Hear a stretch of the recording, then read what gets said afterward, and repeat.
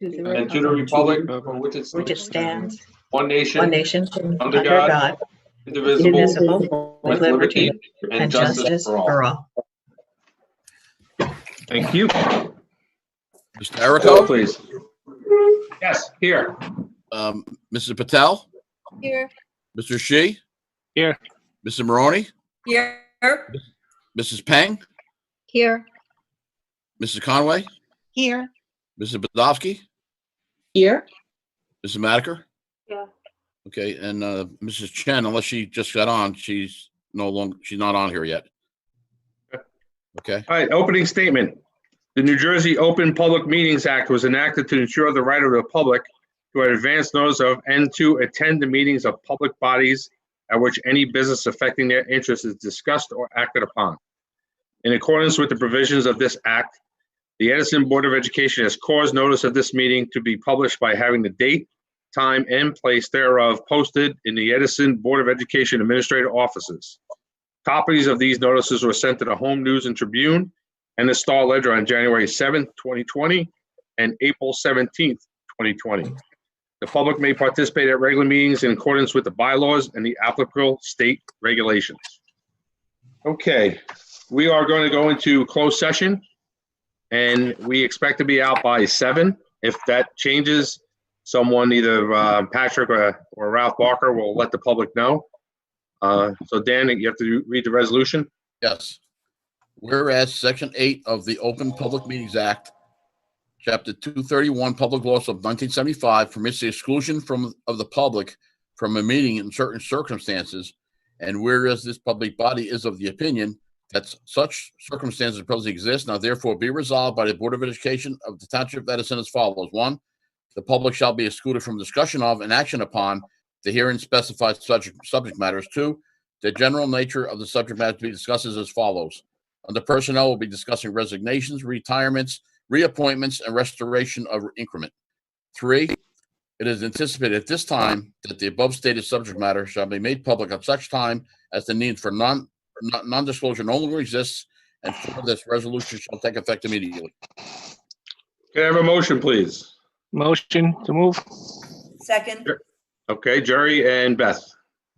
Okay, Mrs. Madiker, Yes. Mrs. Bodowski, Yes. Mrs. Conway, Yes. Mrs. Peng, Yes. Mrs. Maroney, Yes. Mr. Shi, Yes. Mrs. Patel, Yes. Ms. Derico. Yes. Oh, yes. Okay, we will convene into public session, and hopefully we'll be back by 7 o'clock. So all the panelists, if we could sign off and then sign back on using the closed session link. See you in Yeah, closed. I see Yuna is in the attendees, so Yeah, we have to get her into closed session now. yeah, okay.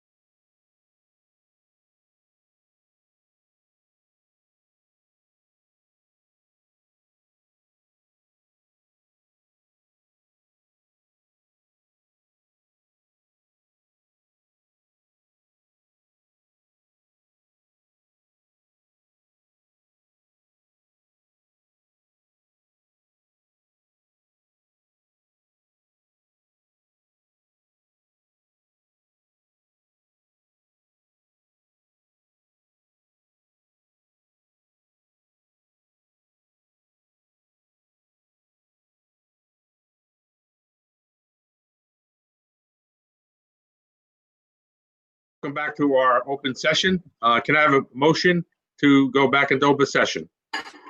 Motion to go open session. Jerry and Elizabeth. Roll call? Mrs. Madiker, Yes. Mrs. Bodowski, Yes. Mrs. Conway, Yes. Dr. Chen, Yes. Mrs. Peng, Yes. Mrs. Maroney, Yes. Mr. Shi, Yes. Mr. Patel, Yes. Mr. Erico. Yes. Okay, we're back in open session. Okay, at this point, we're going to go into public hearing. We're going to have either Dr. Bragan or Dan speak to number 1 and 2 under Roman numeral 6. Take it away. Thank you, Board President Erico. We have a brief presentation to go over regarding the budget for the 2021 school year. Upon completion of that, we'll open up to public comment, and Mr. Michaud and myself will entertain any questions, as well as the board at that point. So I'm going to share my screen with everyone. One quick comment, if you could mute, because we hear all the papers jiggling, and thank you.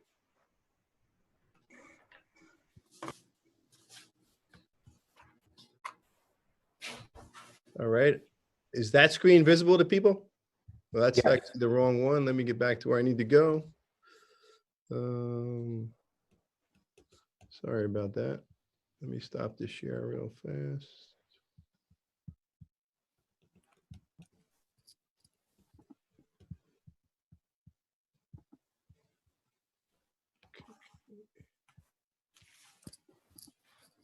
Apologies, bear with me.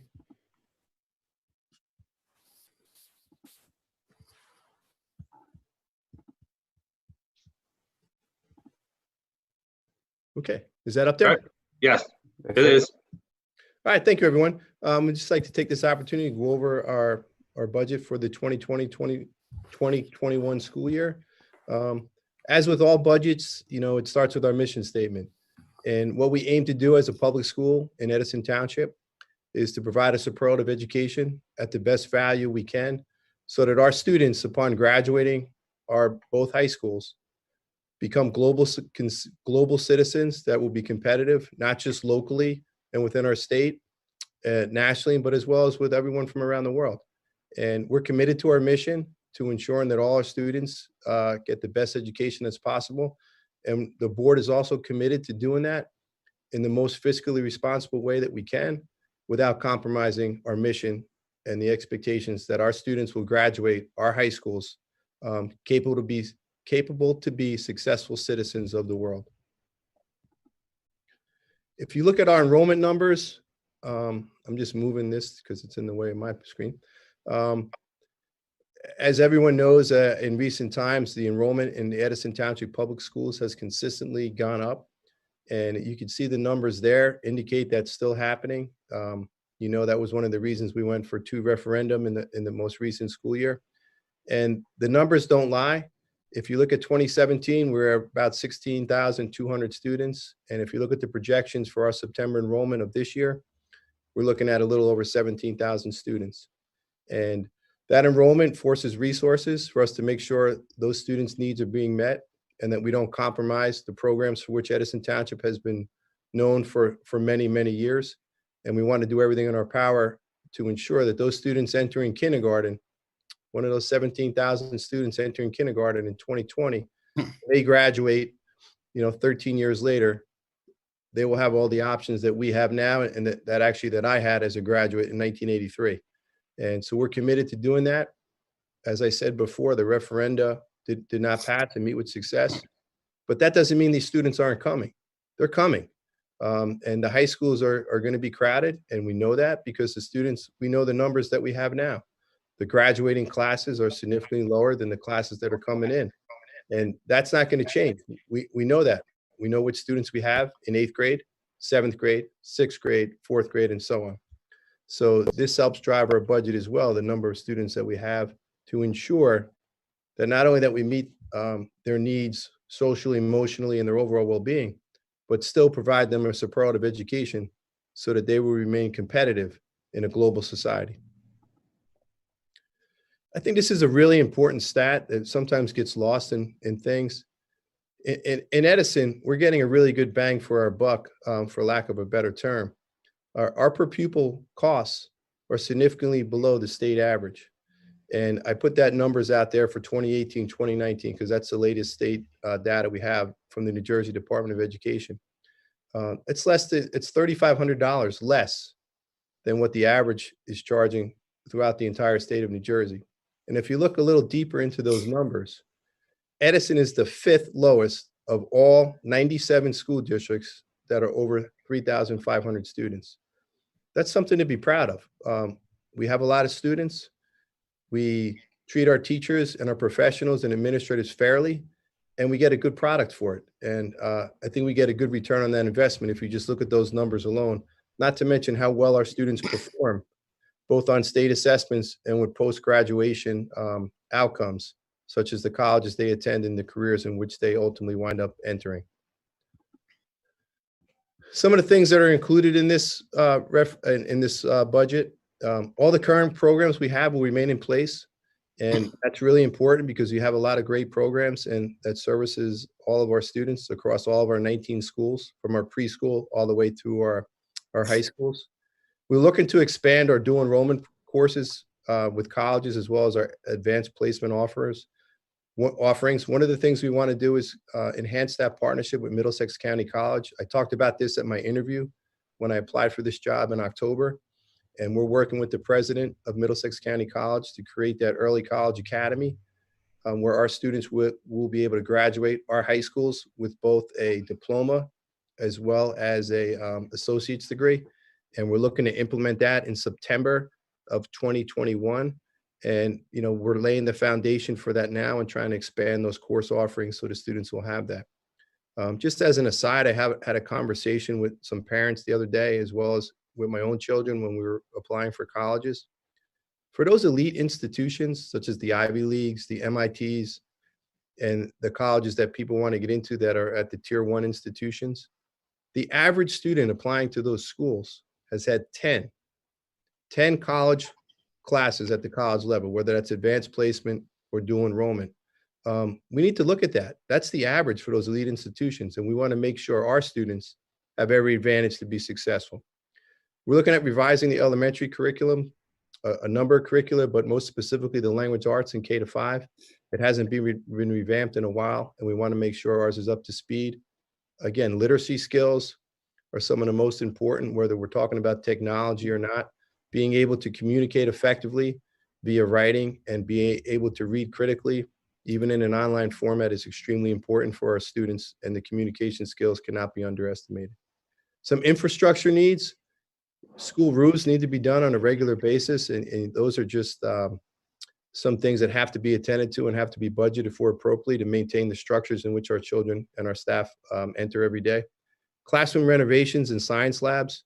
We continually try to update classrooms. Our science labs in many of our high school classrooms are not up to speed where they need to be, and we need to do that. We want to provide the education, the superlative education that our students deserve. And in order to do that, we need to have the right environment and the right equipment. And the Lincoln Elementary School is included in this to do an addition there. It's our most crowded school with almost 1,000 students in a school that was built for about 500.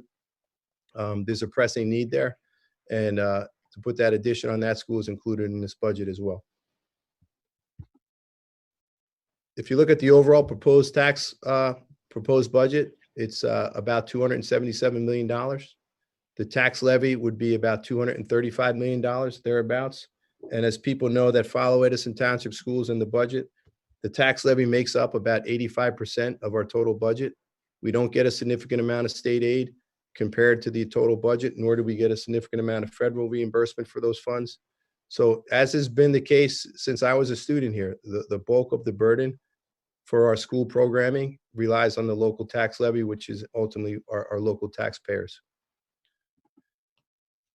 If you look at the average school bill for an average assessed house, the current bill is $5,605.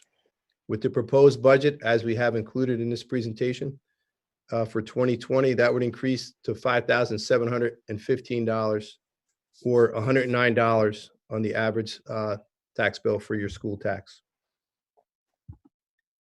So the question remains for all of us to come to some consensus on, how much is your child's education worth? We want to value what we do here, but it doesn't happen for free. And while I know in these difficult times, any expenditure is critical and we want to make sure we do it appropriately. We value what we do. We value the children in the district. We value your education, and we want to make sure we're providing a superlative product. And we think we can do so in a fiscally responsible manner. And we do believe that's what's presented in this budget. So at this point, I'm going to ask Dan Michaud if you could say any comments, Dan, and hit any highlights and things that I may have missed. Sure. I just want to let everybody know that if they saw the budget that was in the paper, that was our preliminary budget that was approved by the board early on. That budget was significantly higher than the one that you're presenting tonight. We actually reduced that budget that was in the paper by nearly $5 million, which is what we're proposing tonight.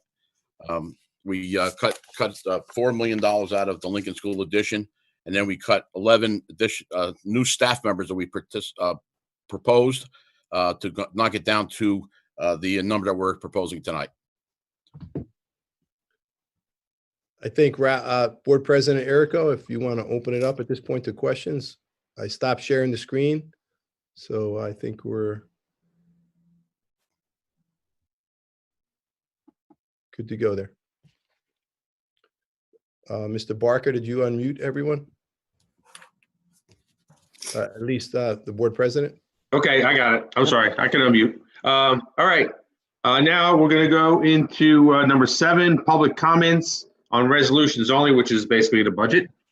So here's how we're going to work this. You need to raise your hand virtually on the computer.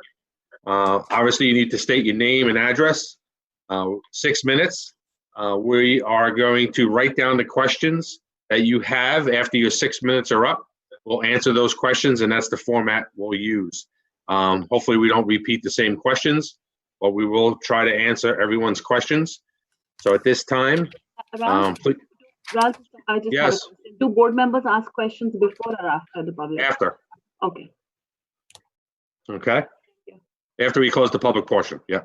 All right. We got Manesh. If we could unleash Manesh, please, Ralph. Guys, this is Manish here. I live on 28 Melbloom Lane, Woodland Green community next to James Monroe Elementary School. My question, I was able to join the Zoom call, so this is a good format. Thank you all for for enabling the residents to join remotely like this, and thank you for the work that you guys are doing. My question to the board is, I've heard that there have been alternatives, that have been considered and perhaps parked, and as a back burner in terms of, instead of expanding the infrastructure, using like a morning shift and an evening shift, or afternoon shift rather, and so that that doesn't really expand the infrastructure. As well as the CapEx needed for that infrastructure as well. So would like to get some comments on that, whether that has been tabled or whether that is still up in play. So you're talking about split sessions? Sorry, I didn't hear you. Are you talking in something like it's split sessions where some children go in the morning, afternoon, and some children go in the afternoon and at night? Yes, absolutely. Okay. We have discussed that. We don't think that's a very good educational plan. I'll let Dr. Brangan speak on that if he would like, but I think it messes up a lot of club activities, extra co-curricular activities, sports, so forth and so on. So I'm not particularly in favor of that type of split session plan.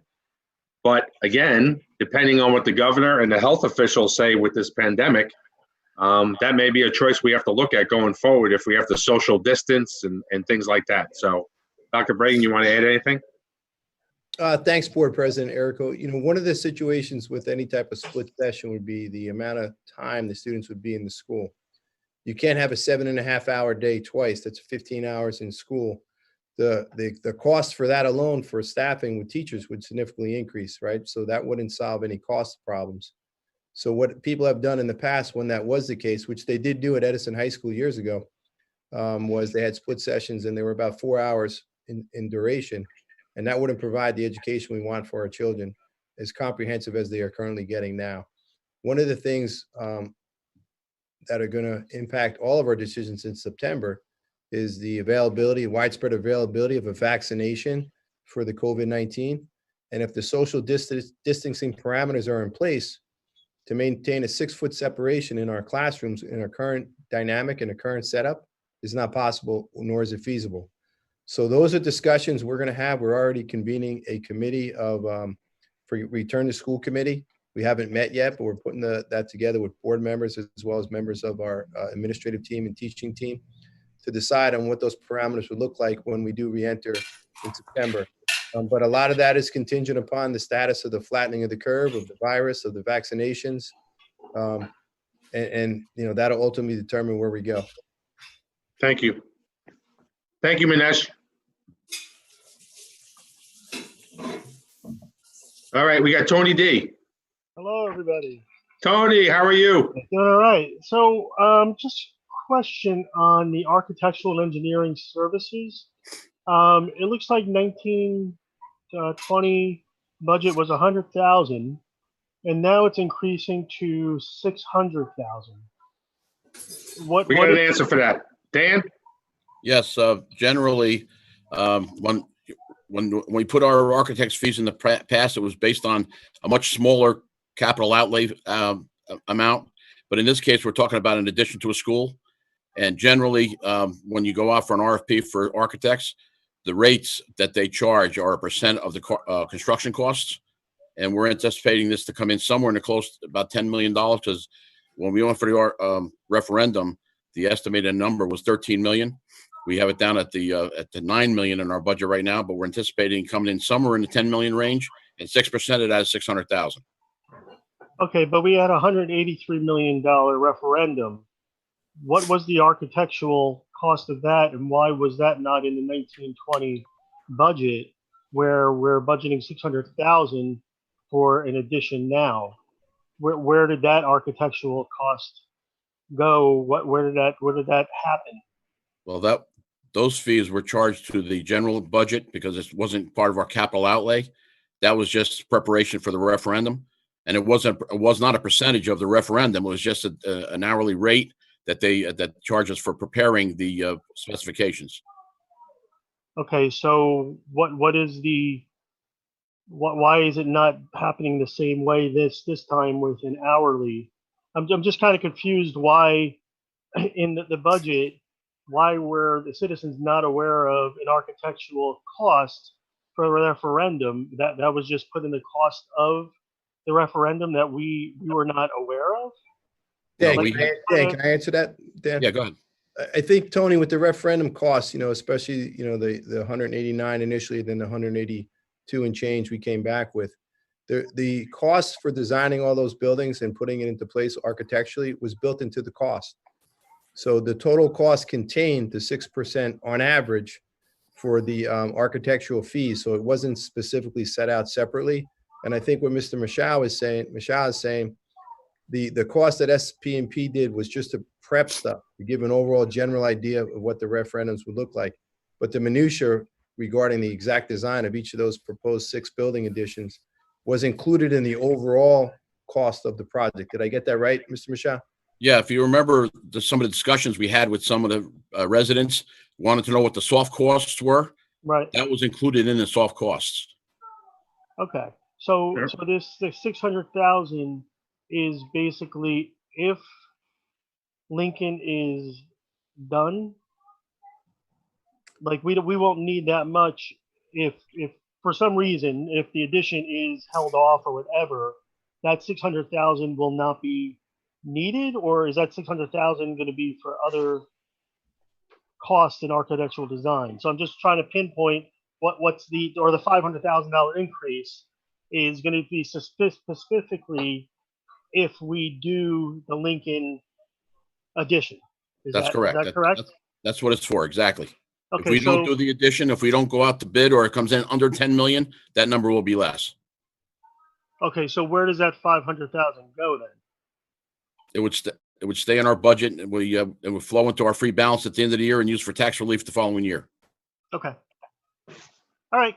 All good, Tony? Yep. Thank you, Tony. All right, next up, we got Rajan Gatti. Hi, Rajan. Hi, can you hear me? Yes, name and address, please. Sure. Hi, I'm Ranjan. Good evening, all. I'm in Woodbrook Corners, Okay. Edison. And thank you, everyone, doing all these efforts. But I just have, realization or realistic check.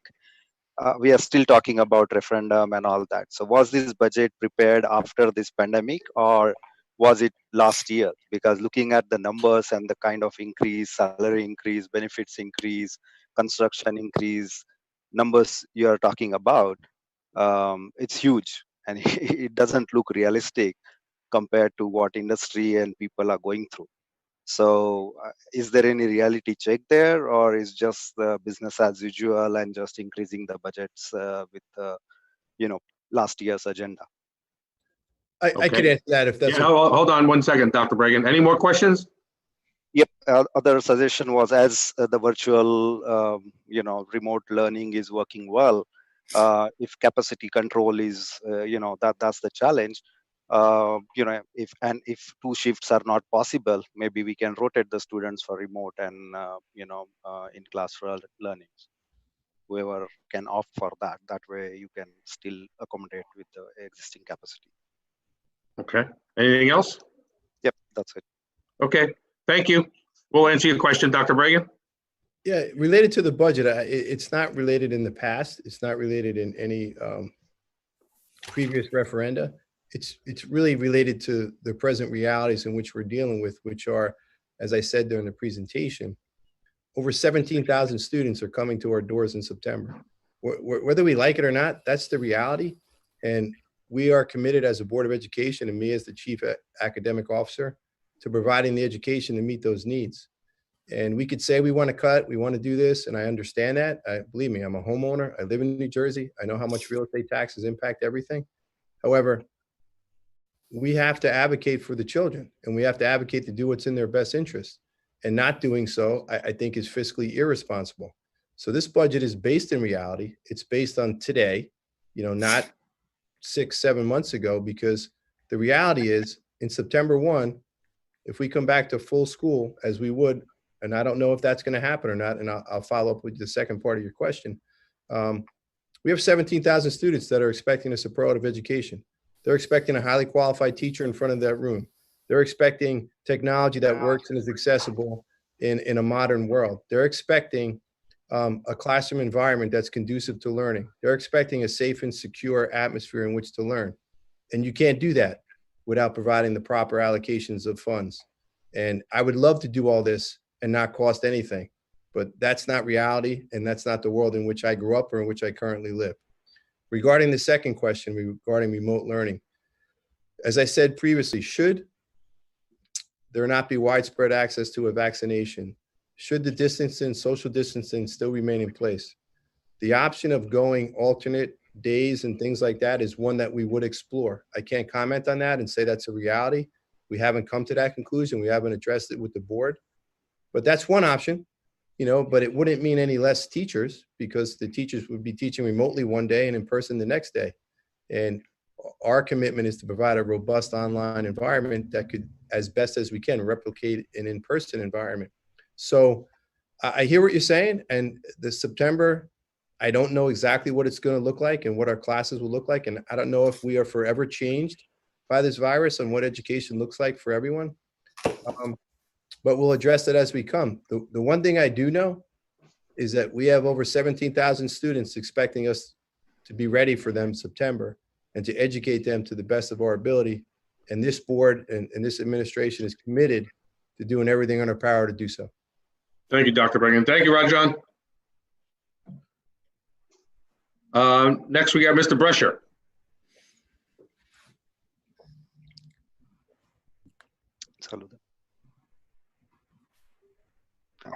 Okay. Mr. Brescher, you're on? Yes, There you I'm on. I have a question. with this, the coronavirus that we have now, are there funds that you spent that potentially you can recoup from the federal government or from the state, that the taxpayers would see anything next year? And is there also additional money that was put into the budget to deal with this? Okay, anything else, Mr. Brescher? That's it. Thank you. Dr. Bragan or Dan or someone? I can answer that question. According to the NJ CARES, and Dan, Mr. Michelle, fill in if what I missed. Okay. According to the information I received on the NJ CARES Act and how that would impact our schools, there's a percentage of the monies that we use to mitigate some of the impacts of the COVID-19 that can be allocated from Title I funds up to $1.3 million potentially of things that we spent that we can get federal reimbursement from, possibly. We didn't see any of that yet.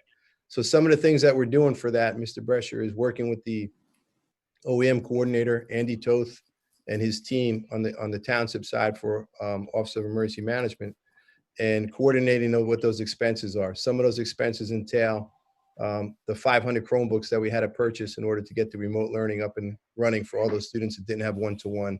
So that would be one of the costs that we could put into that. Purchasing all the cleaning agents that we did, the overtime that we put in place to make sure we had our building sanitized, the monies that have been spent in distribution of foods to all of our people that are food insecure and our students, which we have almost 3,200, as well as some of the other things that we didn't think of, like we donated all of our protective eyewear from our science classes from middle to high schools to JFK Hospital, because in the initial stages of this virus, they didn't have protection for their eyes that have to be replaced.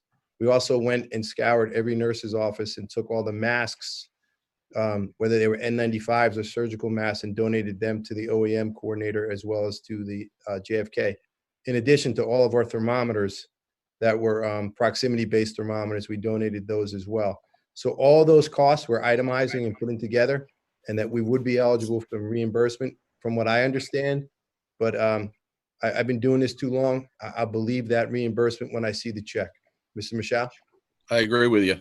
I have been accumulating some of the purchase orders for the materials we've been buying. I have one in front of me right now for all the masks we just ordered for $6,800.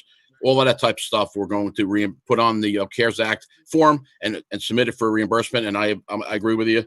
I'm hoping they're truthful in what they're saying, but I'll believe when I see it. Thank you. Thank you, gentlemen. Thank you, Mr. Brescher. Next up, Mr. Deamarin.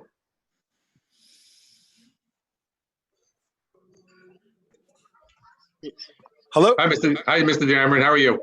Hey, Mr. Erico. How are you, sir? Good. What's up?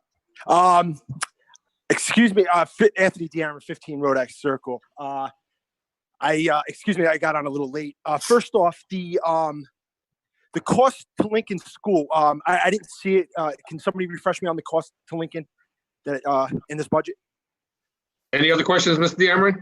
Well, just more of a statement. I just think that we can never plan for such a crisis that we're facing with the coronavirus. But I think going forward, and I know you guys are doing a good job trying to budget the best way you possibly can. But I said this before, we got to prepare ourselves for less and less each year for state aid.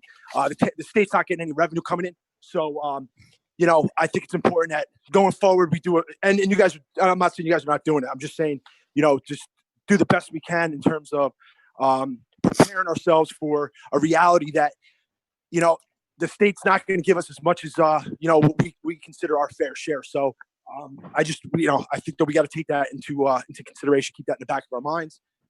But I think that's it, guys. I hope everybody's staying safe, and hope to talk to you guys soon. Thank you, Mr. Deamarin. Dan, what's the cost in this budget for the addition at Lincoln School?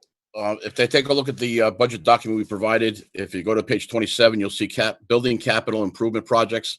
There's a number of $11 million in there. $2 million of that is for roof repairs, and $9 million of it is for Lincoln School. The original number we had in here was $13 million, because that's the number that our architect had come up with when we had the art referendum. So we knocked it down to $9 million. We're going to look at the scope of the work and hopefully maybe we can knock it down somewhat, put it out to bid. And if it comes in for less than that, then we save some money. If it comes out more than that, we have to come up with an alternative way of paying for it or reduce the scope again.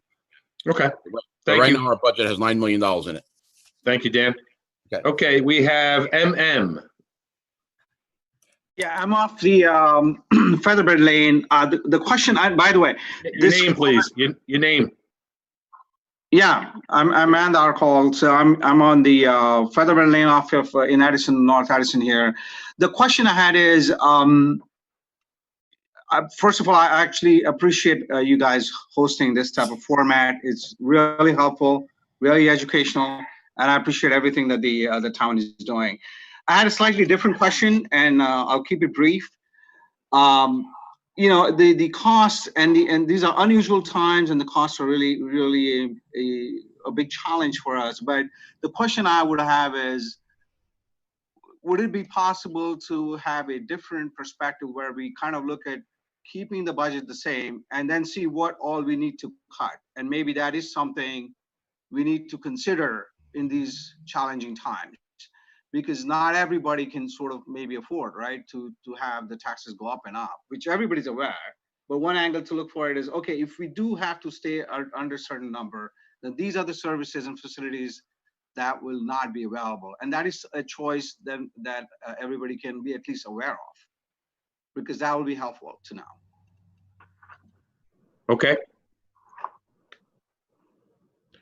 Thank you very much. Yeah, we still have to, as Dr. Bragan said, we still have to move forward. We still have to educate the 800 more students that we've had in the past few years. So this budget was almost $5 million more, thanks to Mrs. Conway and the Finance and Facilities Committee. We looked at line by line and chopped it down close to $5 million. And on an average home, it's about $109, $110. So I thank you very much for your comments. I guess Raja wants to speak. Yep. Hi, Ranjan here again from Football Corner. Follow-up question or the answer, you know, is missed. The reduction, you know, all of us will be going through our salary cut, maybe job losses and all that. And that time, Edison comes back with the budget with salary increase and benefits cost increase and all that for employees. And, you know, so how are you going to address? Are you committing that none of you and none of the staff are going to get the increase and the increments and all that this year, next year? Okay, is that your only question? Yep. Okay, thank you. We have contracts that we have to honor. So whatever the contracts have in them, we have to honor and we have to include in our budget. I mean, it's pretty simple. That would be the answer to that question, Rajan. Matt Hervanek. Go ahead, Matt. Hello, everyone. Good evening. Just want to make a comment, and it goes back to Dr. Bragan's slide originally. You know, the Edison school system is one of achieving. Obviously, we're in, I believe, the 5th largest school district in the state of New Jersey, and we keep growing.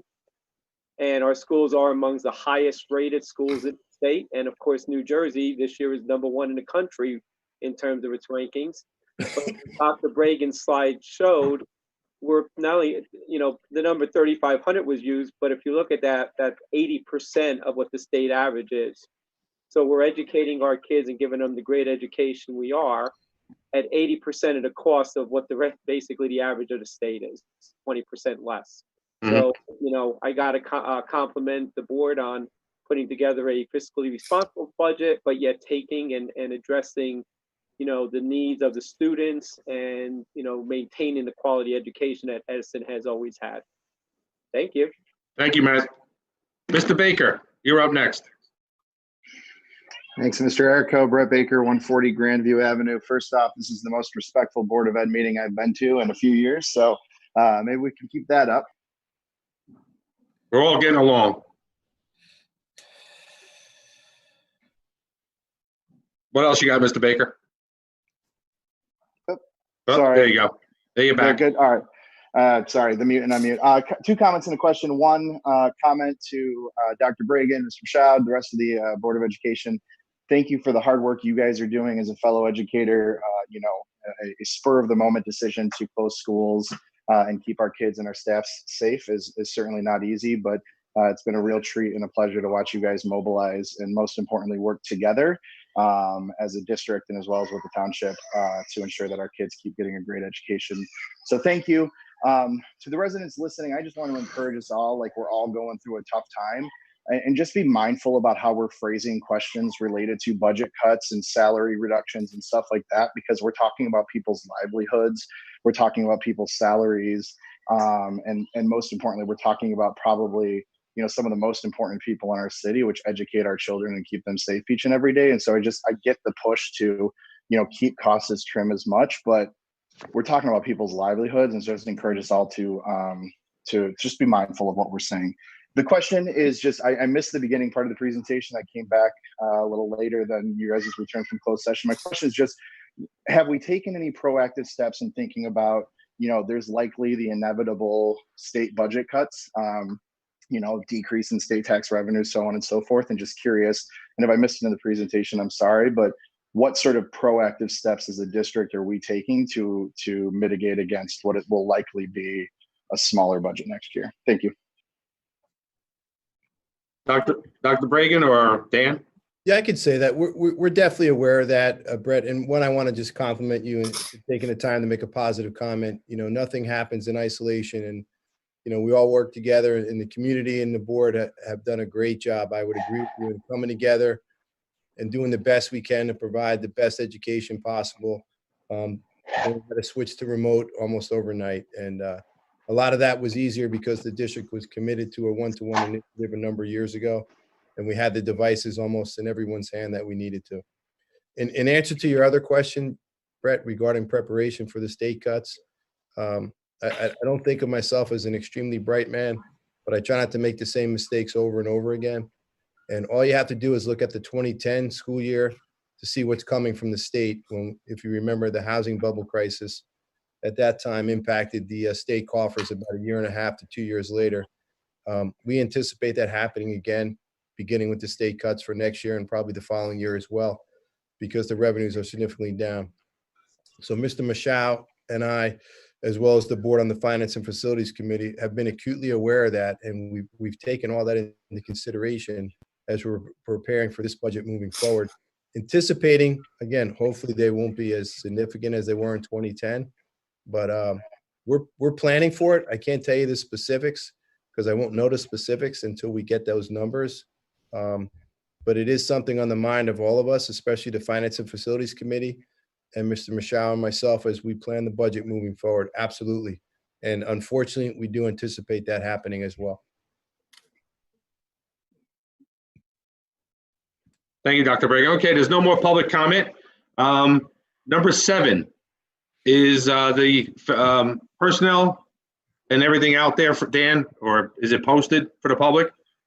Ralph Barker, maybe? Yes, yeah, Ralph was going to post it as soon as we got out of closed session. Okay, so everything's posted. Do we need to review anything, Dan? Not really. It's just put it up for a vote. Okay. All right. So what we're going to do now is call for a vote. If there's any comments, I'll ask for comments. So in other words, right now we're going to have a motion to pass number 6, which is the budget resolution and the school budget. So can I have a motion to approve, and then we're going to have comments. Okay. First, we need a motion and a second, then I'm going to ask for comments. Okay? Can I have a motion? Beth, a second. Carol. All right, now comments. Any board members? Good. Mr. Shivi, you want to go first? I know you were. So I just, Dan, I had a question for you. Without the Lincoln School, what would the budget increase be? Right now it's at 4.59%. And without the Lincoln School, how much is that? If we take 9 million out? Yeah. I'll tell you in a second.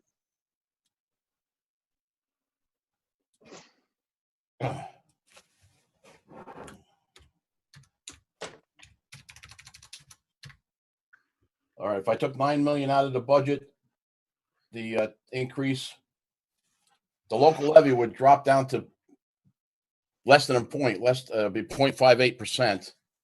The total budget increase would be 2.33, but a local levy will go up less than 0.5%, or about 0.5%. So then instead of 4.59, how much would that be? 4.2 roughly. 0.58. The 4.59 will drop down to 0.58. So 0.5. So 9 million out. So just by 1 point, it would go down. Yeah, doesn't go down by a full point.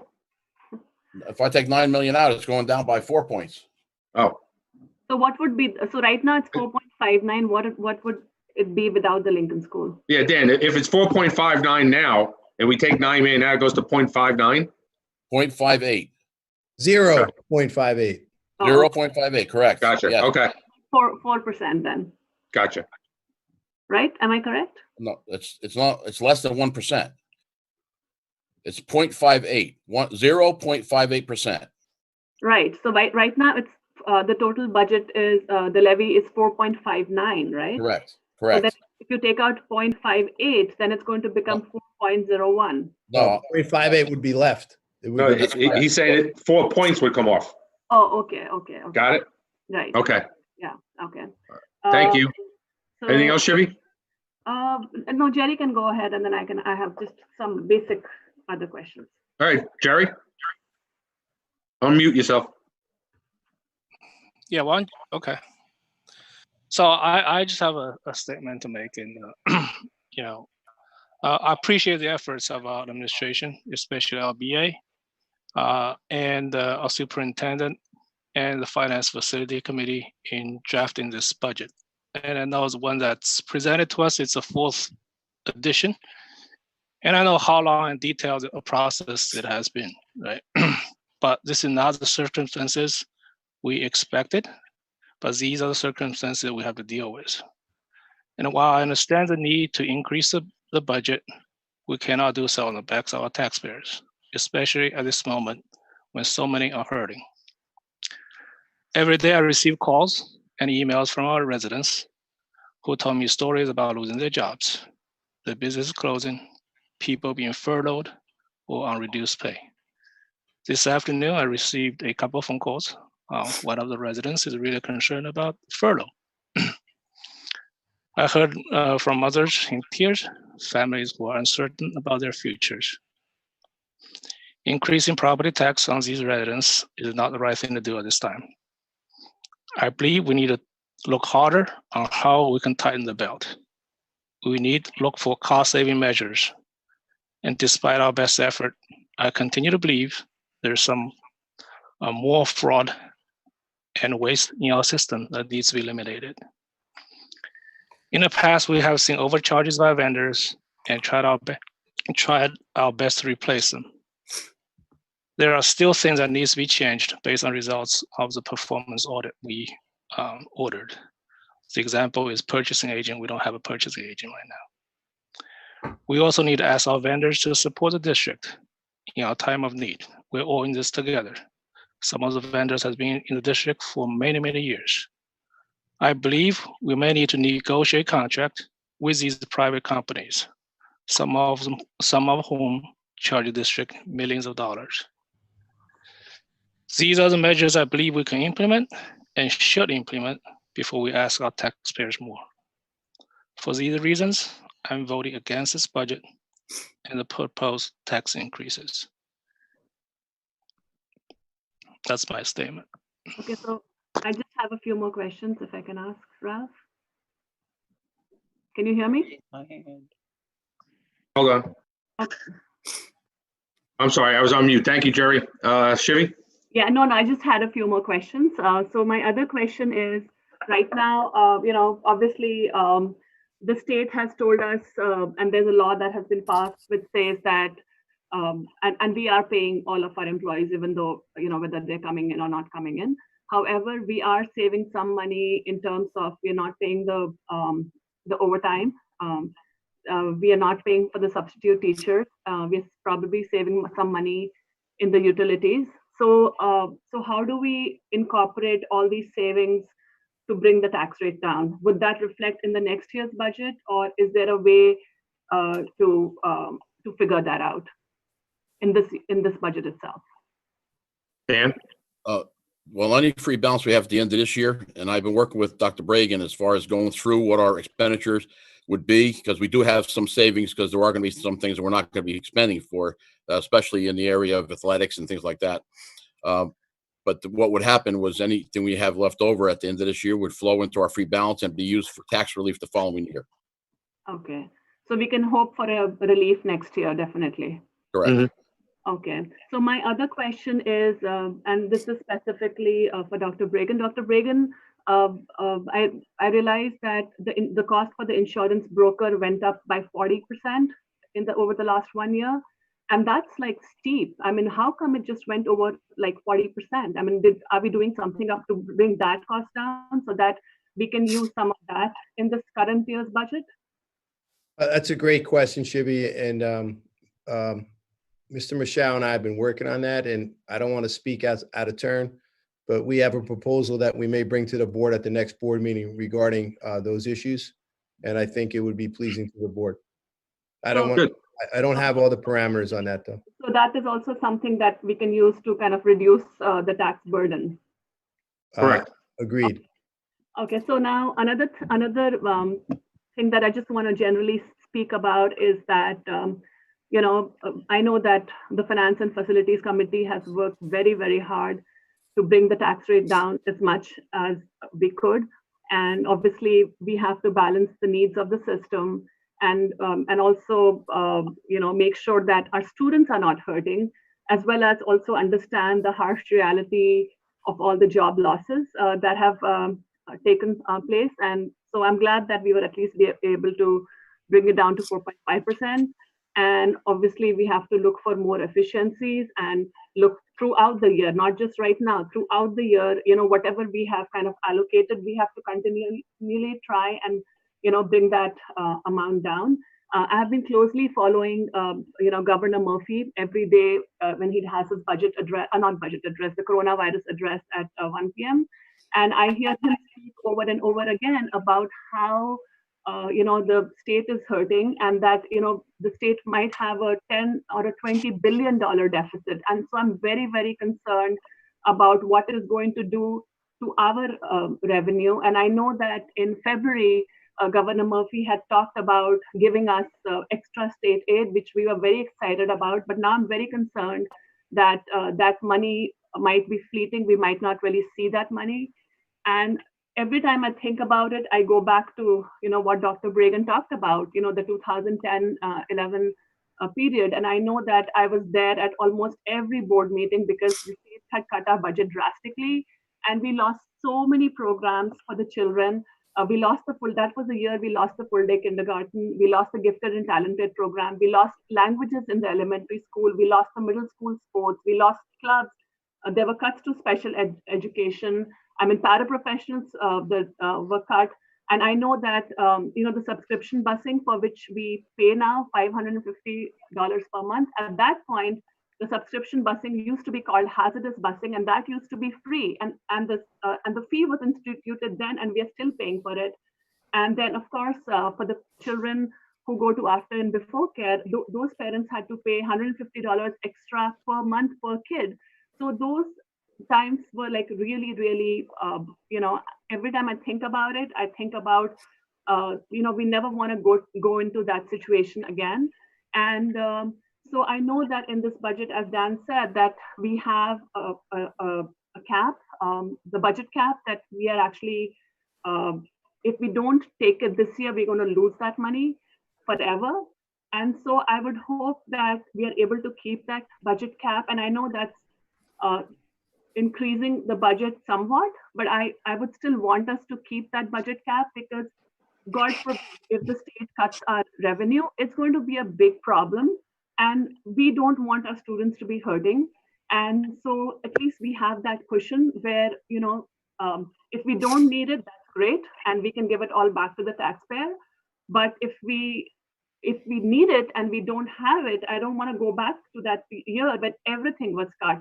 So I would not want to do construction at this point because, we can wait for a year or two or whatever. But I would definitely still vote yes for this 4.5 only because I know that if the state cuts the money, we are going to be in a terrible, terrible, terrible state. But having said that, I would want that we actually, just work very, very hard, very diligently to keep on saving as much money as we can. And I know that what the line items that I spoke about, the insurance broker and then the other things where we are saving money, I hope that we are able to, take it all together, consolidate everything. And so that we have to ensure that, our people of Edison, especially the ones on fixed income, those who lost their jobs, we can do something for them. That's all that I have to say. Thank you, Shivi. Elizabeth, Hi, I can take this down. I see your little hand up. Yeah. The thing I would like to say, I was on the Finance and Facilities Committee, and we've looked at this budget numerous times. We took it line by line and brought it back as low as possible by eliminating many things out of the budget where it came down over $5 million. The thing of it is, we need to be prudent with our expenses. I understand what it's like. I have family that's out of work right now, and I understand what it's like. I'm on a fixed income myself, but the idea of it is, this is for our children, and we need to keep up the Edison district to its potential.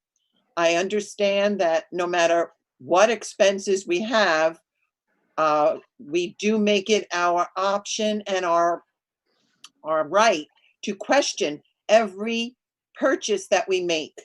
Yes, Lincoln is a big decision to make, but I understand the conditions of Lincoln and how dire the need is to do something for Lincoln. Would I love to put it off to better times? That would probably be the best thing we could possibly do. But when are those better times? Is it going to be next year? I don't think so. I think it's going to be a number of years before we ever catch up in order to do something decent. So that's why bringing Lincoln down $4 million was the best we can do.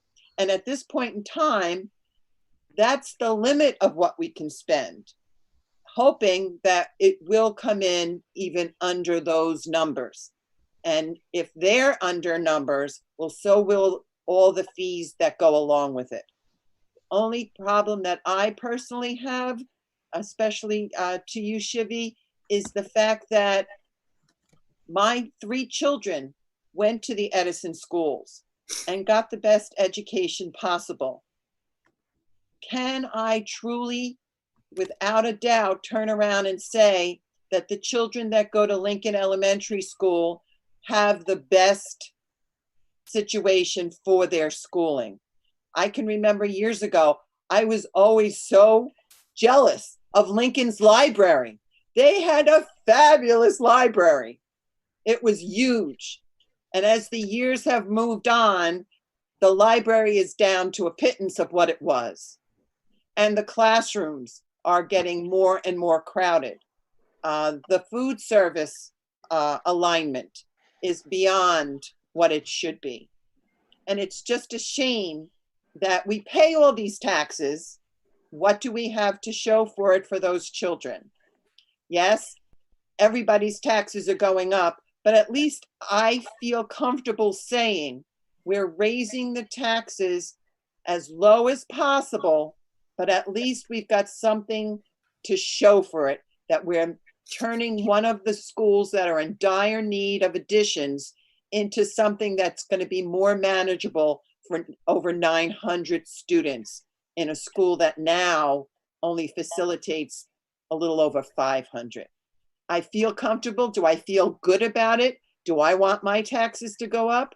No, I don't. But I was elected with the idea that I am here for those 16,000 going on 17,000 students. And I have to weigh, yes, I'm a taxpayer. Yes, I'm a former parent. But yes, now I'm a board member standing up for over 16,000 students. I know I'm not liked right now because I want to talk about putting an addition on a school when it's not the perfect time. But to be very honest with you, I don't know when a perfect time is right now. But I know that we have to move ahead, but do it proactively.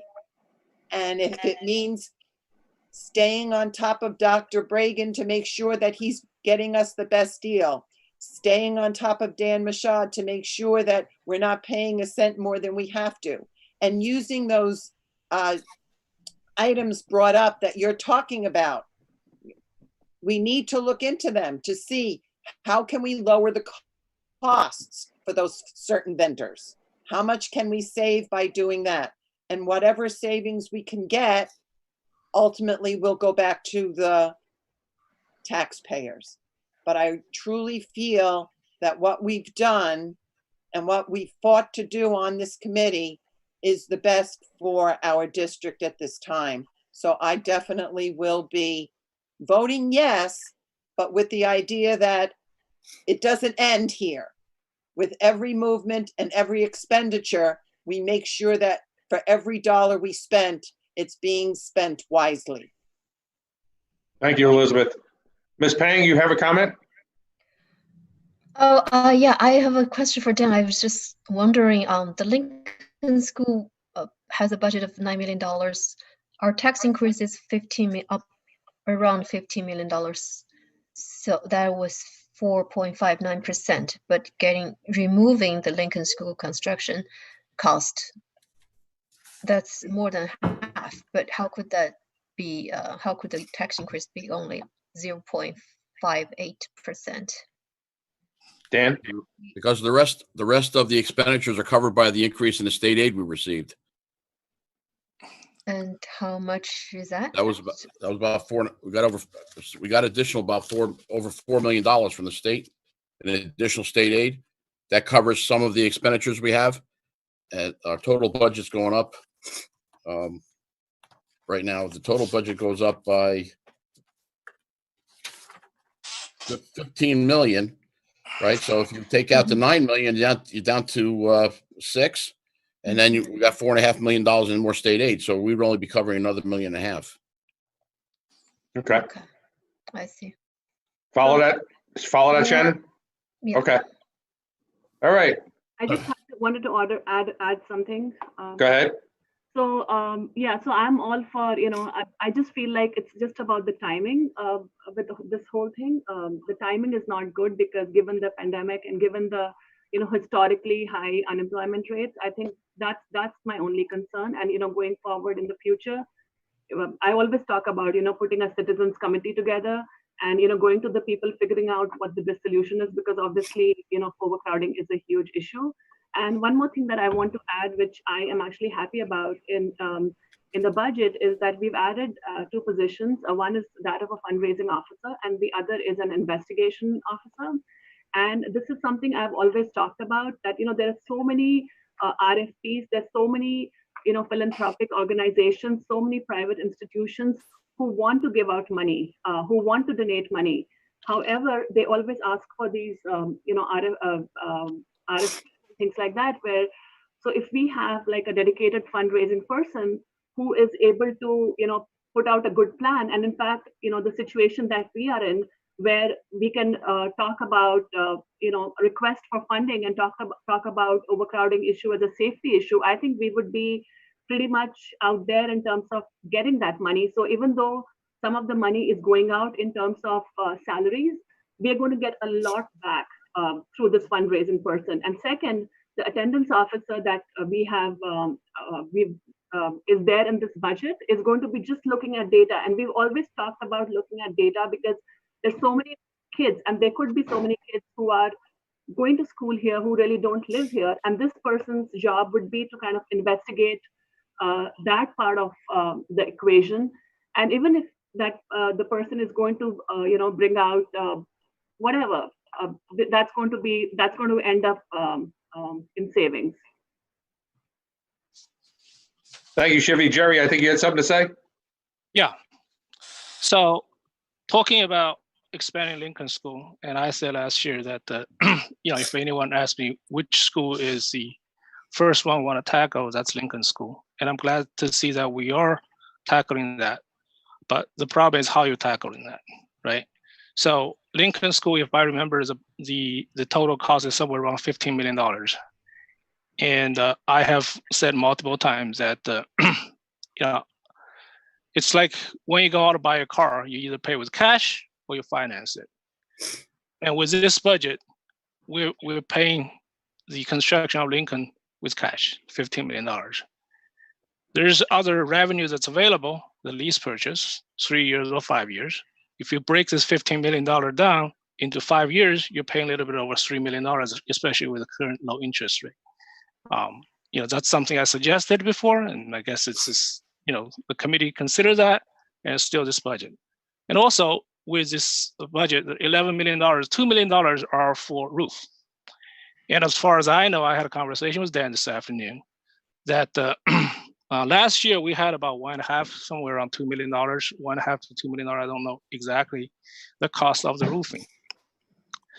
And we went through the two different roofs. One is a traditional blacktop with the stones on top of it. And the other was the foamy roof with a rubber on top of it, right? So the new technology actually is much lighter weight. And as far as I know, we are planning for 5 roofs this year.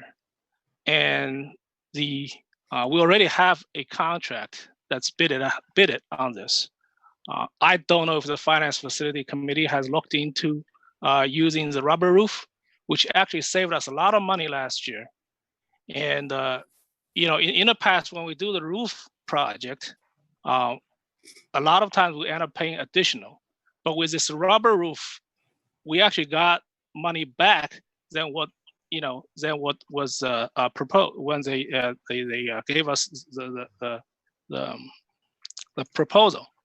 So again, those are the things that we can look into to save more money. I don't know if that's already looked into it, but very surprised to me, these contracts has already been bidded and just waiting for the budget to approval. To me, that's not the right way to do it. You need the other guy to come in and give another bid to see what's the price is.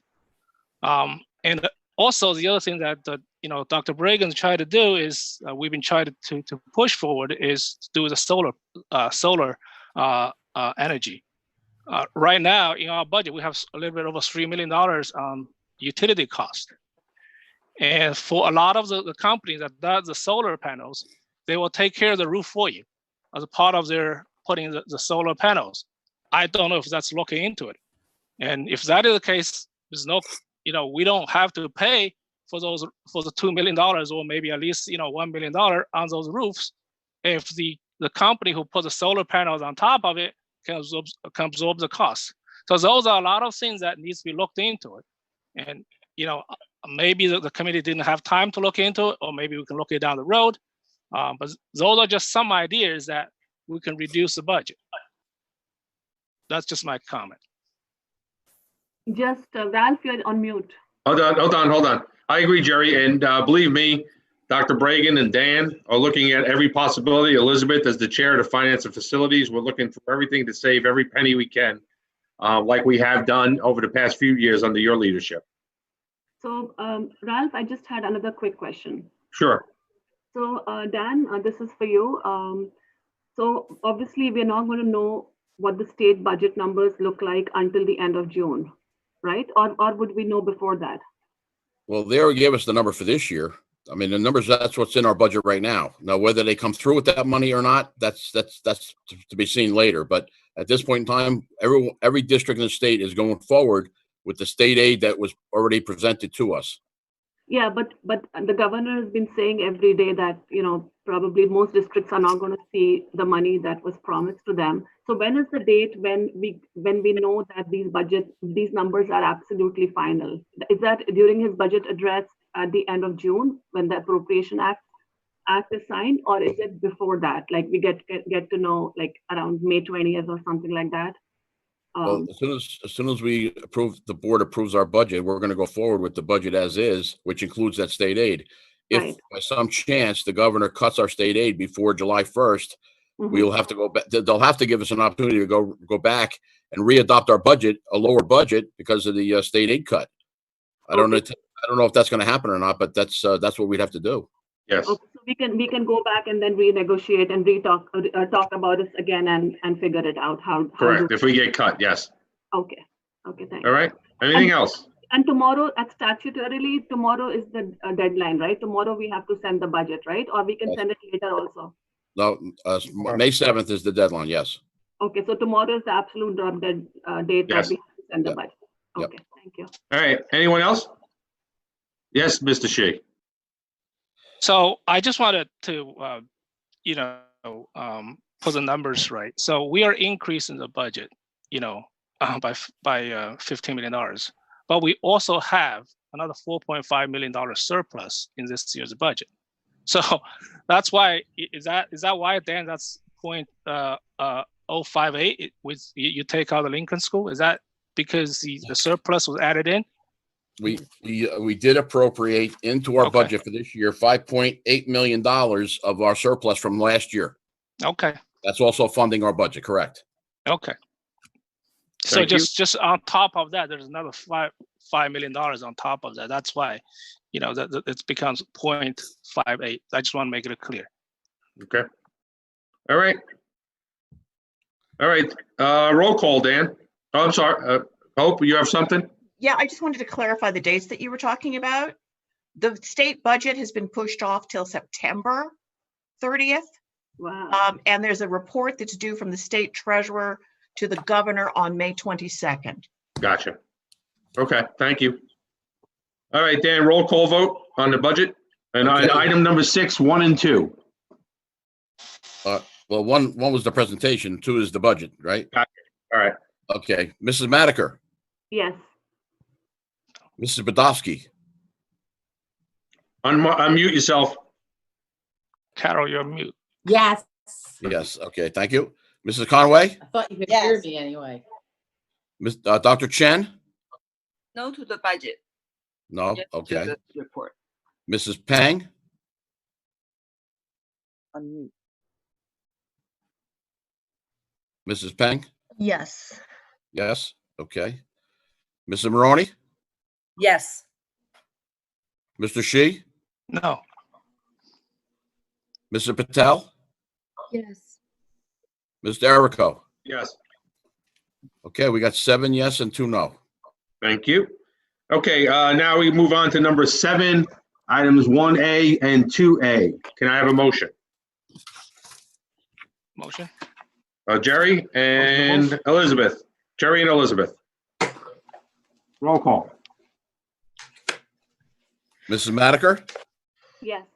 This Mrs. is, Badowski? sorry, this is personnel and Yes. finance Correct. resolutions as well? Yes, Okay. all of Roman numeral number 7. Okay, go ahead, Dan. okay, Mrs. Madiker, Yes. Mrs. Badowski, Yes. Mrs. Conway, Yes. Dr. Chen, Yes. Mrs. Pang, Yes. Mrs. Maroney, Yes. Mr. Shi, Yes on everything, no on Margaret Cantauti. on the resignation? Oh, okay. Yes. Yeah. All right. Mr. Patel, Yes. Mr. Errico, Yes. so carried. Okay. Board member open discussion.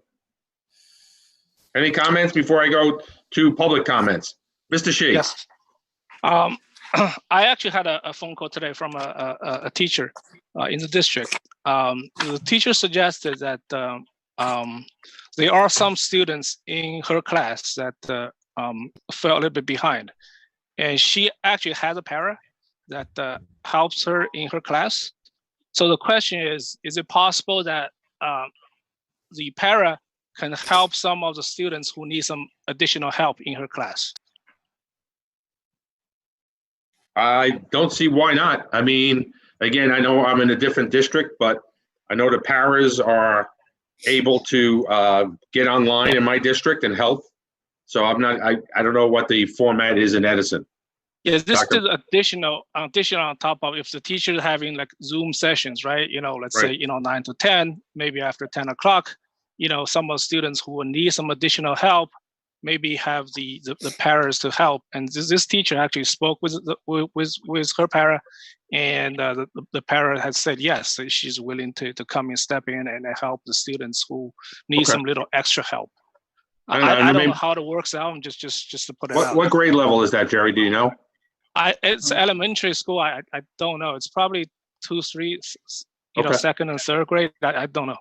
Maybe It's Ms. elementary school. Mahabir maybe could answer, or Dr. Bragan?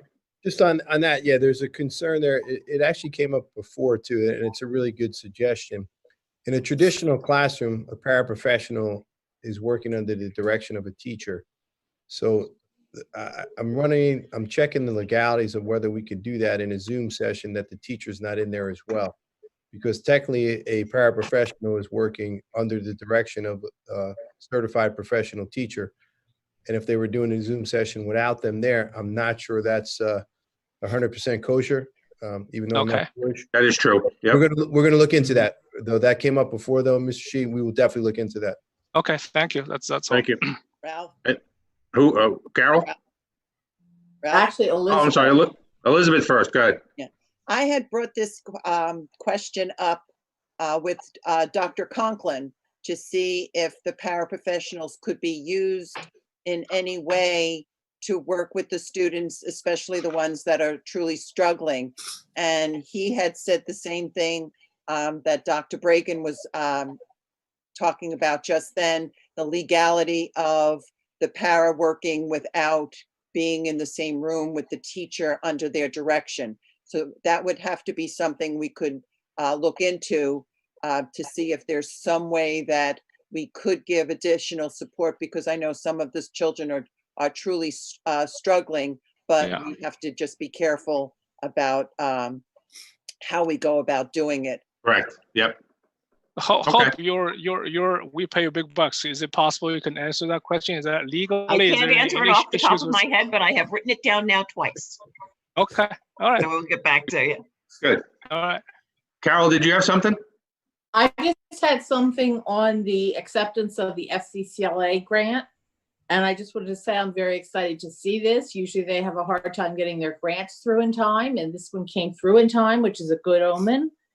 This program enhances our district and our students greatly. And to have the state program based in our district really helps a lot of our students. Agreed. Okay. Anyone else? I have Val. Go ahead, Val. my question is related to Camp Bernie. I think, is it still on the schedule to for a 2-day trip in September? That actually came up with, I think Ms. Maroney asked me about that too. Somebody had reached out to her. I haven't even thought about those trips in September yet, so I'm not planning on any of that. We haven't gotten to that point yet. Depending on how things play out, we'll have to see how it goes. If you ask me today, Mrs. Patel, I don't see that happening, but I don't want to say that now. We have to get more information as we move forward. Okay. I just wanted to make sure it's not Oh, good. something finalized already. Yeah. The other thing too, to get more Val's question there, have we put any money down for that?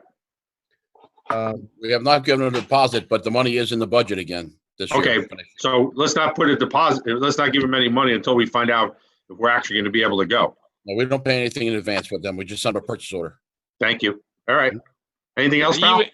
Even if we go in September, that's probably still too early, Yeah. just given, Yeah. maybe, move it to, the spring or something, I don't know. It used to be in the winter. When I was teaching, I used to go in January, February. I was going to say, I used to go in February, and sometimes it's a little better when it's cold. It's not I actually much. got snowed in. I actually got snowed in. The buses couldn't even get up the hill. Oh. All right, I'm sorry. Shivy, Yeah. you have any questions? I'm sorry. Any comments? I'm just going through everyone. No, Una. Actually, I want to talk about the bus subscription. So last time we said that we're gonna send out some survey to the parents to see if they want to subscribe for the bus for the next school year. Are we planning to do that, or maybe we're waiting to see if we can have a regular school schedule or something? Yeah, I believe we're waiting to see if school's actually going to open. I think that's part of our finance and facilities Elizabeth has on her agenda. One of the items was to look and see if we have more students. We're also going to look at the cost. So there's a couple of things that we're going to be looking at with that subscription busing. Yeah, but we talked about this. This is, last year, we talked about just have a survey out, ask the parents to put in their interest in.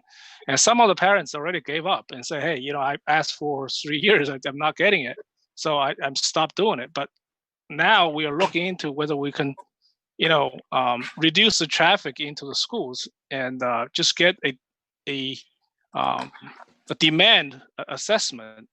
I don't know. I don't know what's we're waiting for, I thought something went out.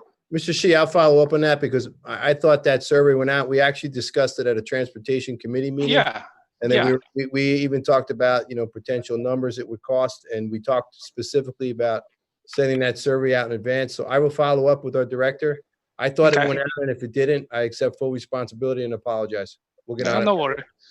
Because the other thing that just reminded me talking about this, I'm sorry to jump the gun on this, is about, Shivi talked about the attendance officer. We spoke last year about having the annual verification, and I was told by Rich Benedict that the system is ready to go. So I don't know what it is. If we actually do the annual verification, if this new person can be sitting in the computer and verify those 4 or 5 documents that's required every year, that can also reduce the number of kids who don't belong here. We can weed them out. I'll look into all that, Jerry. And I think that's exactly the idea. That's what we talked about. The new attendance person is only going to be sitting on the computer and looking at data. Yep. And not only will he look at all this verification data, but he will also look at, just going in, like, how many kids are coming from each family, and, just those kind of things which raise red flags. And hopefully, we can, it's going to work out really well. Yep. Beth. Okay, thanks. 2 things. When I talked to Dr. Bragan about the Camp Bernie trip and asked if maybe the kids could go in the fall, but I realized there's a problem with that because it's 5th grade that goes to Camp Bernie, and they'll already be in 6th grade next year. So moving it to the fall is going to help. The purpose of it is to bring the 2 classes together from the 2 middle schools that are feeding into the 2 high schools. So doing that in the fall, it doesn't do any good anymore for the 5th graders. The second thing, when Una was talking about the transportation issues and Jerry was mentioning them, what are we going to do if parents who have subscription busing come to us and say, we didn't use it for the 3rd quarter? Will they get a refund? I did get an email from a few parents on that. I did speak to Dr. Bragan. He's aware of it. And now, since school is officially canceled for this year as far as coming back physically, he's going to look at that with Mr. Benedict and Dan and see what kind of refunds or credits, that would be out there for these parents. Okay, We have a plan for that we will present to the board, Beth. We're working on it, Mr. Michelle and I. Good. Okay. Anyone else? All right. Lastly, my comment is, I'm sorry. I thought you went already. Oh. Elizabeth, go ahead. Oh, you did? It's not on my screen. Oh, yes, you did. There you go. He was not paying attention. He was not paying attention to it. I just want to bring up, and we can't say it enough, how much we appreciate what everybody's doing at this point in time. We were thrown into the fire so quickly, and I'm just so proud of how everybody has stepped up to make it as positive an experience as possible. And we need to make sure that we truly understand that what we're trying to do is move in a positive direction. I don't know if everything is going 100%, but from what I'm hearing, our district is truly moving in a positive. And I've spoken to a number of parents that are actually very satisfied with what's going on, but they wish they went back to school because they realize how difficult it is to truly help educate the children, never mind come up with all the planning and what's necessary. And even the other people that are involved with keeping up our information and all the paperwork that's involved in a school district our side, I'm just so proud of. And I'd just like to have a shout out to the school nurses.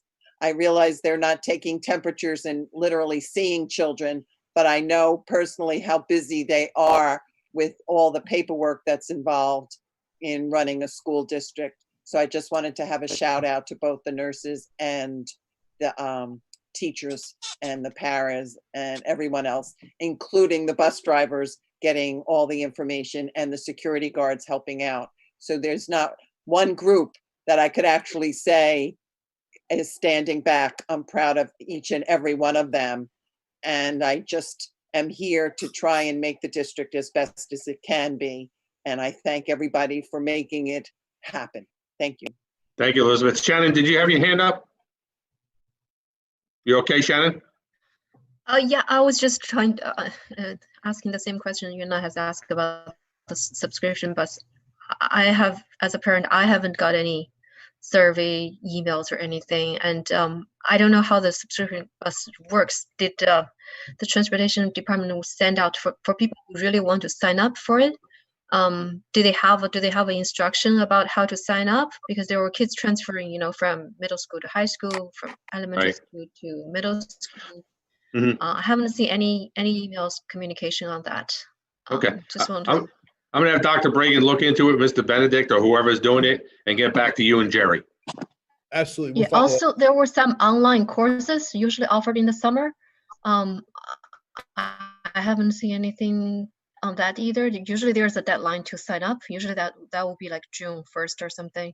I mean, summer enrichment? May, so. Summer enrichment, No, Shannon? not the camp. I guess the summer enrichment camp. Yeah, that hasn't come out yet, right, Dr. Bragan? Oh, No, we're still trying to make a final determination whether that would be remote or in person. And so that stuff should be forthcoming. Oh, Ralph, I think it's, you know, like a financial literature, whatever that course is, Yeah. financial basics, that's part of the summer online thing. Right. I forgot the exact name. It's about, you know, financial basics. It's financial literacy. Right, yep. Financial literacy. Yes.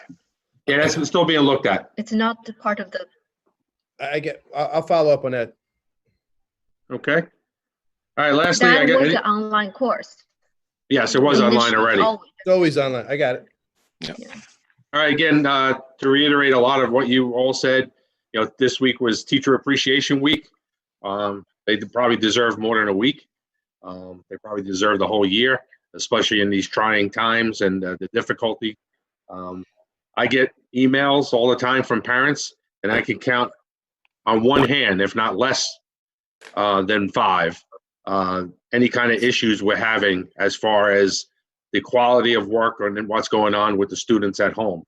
All of our teachers are working very hard, our paraprofessionals, you name it, our principals, our supervisors, our administration, you know, bus drivers, police officers, everyone. So when I ride around the schools, there are people there outside either serving lunches or patrolling the building or administrators. So I just wanted to thank them. Also, today was National Nurses Day.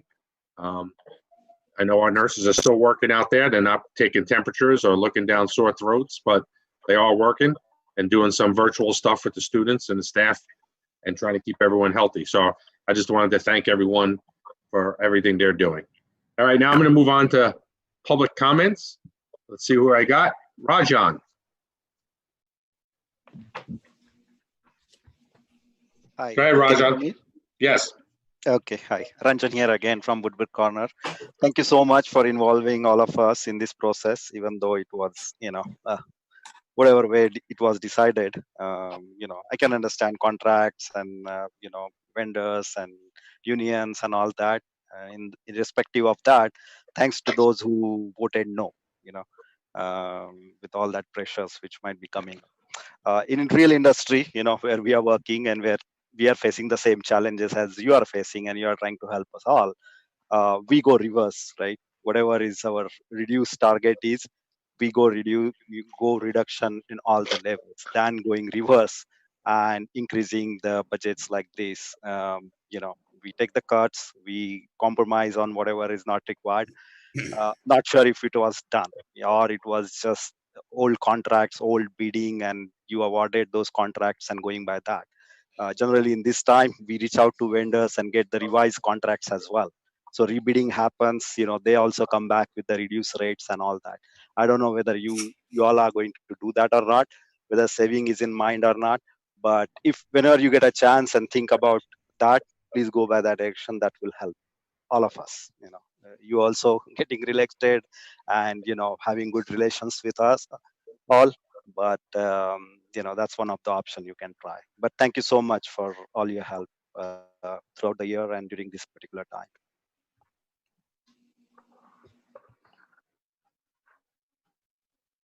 You're muted, Ralph. I'm sorry. Thank Rajan. Ratish next. Go ahead, Hi. Ratish. Hi, my name is Ritesh. I'm from 21 Frost Avenue, Edison. Uh-huh. I have a question. I mean, you guys are doing a great job, first of all. But I have a question, like Mr. Jerry brought out about the solar panel, because that's $3 million of energy bill plus $2 million of roof. So you just said in general you were looking at it, but do you have any concrete, like any solar vendor came? Did you explore? So any specific detail would be really helpful, rather than just like boilerplate. We are looking at it. Another one is this contract with the teachers. Is that contract available for review somewhere? Because I see the increase is generally 2.3%. So are you benchmarking against some when you renew the contract? Do you have a benchmark like against inflation or general some other school district? How do you decide the raise? So those are the two questions. And another one was basically, I see there is a 97% increase for regular instruction program. It went up by $1.5 million. So I just wanted to understand what's happening there. So these are my three questions basically. Thank you, Ratish. Dan or Dr. Bregan, if you want to answer. I can answer the solar. We have actively been pursuing that. We met with a particular vendor right before the remote learning began, and they were looking at all of our roofs and coming up with a proposal. We let them know where we wanted it, and we wanted to get the most output that we could get on the roofs. It's all tied together, as Mr. Shi said, with some of the roofing replacements. They're not going to put solar on a roof that's not able to be that can handle it and can last a long time, because if you have to replace the roof, then you'd have to take off the solar. So we've met with at least one person individually, Mr. Michelle and myself, and we're still waiting on their proposal to come back. The other question regarding the contract, we're currently negotiating with 3 of our units.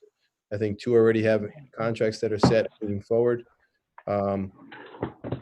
I can't really discuss the parameters because that's not allowed to be discussed. And I know the negotiation committee's working hard with that.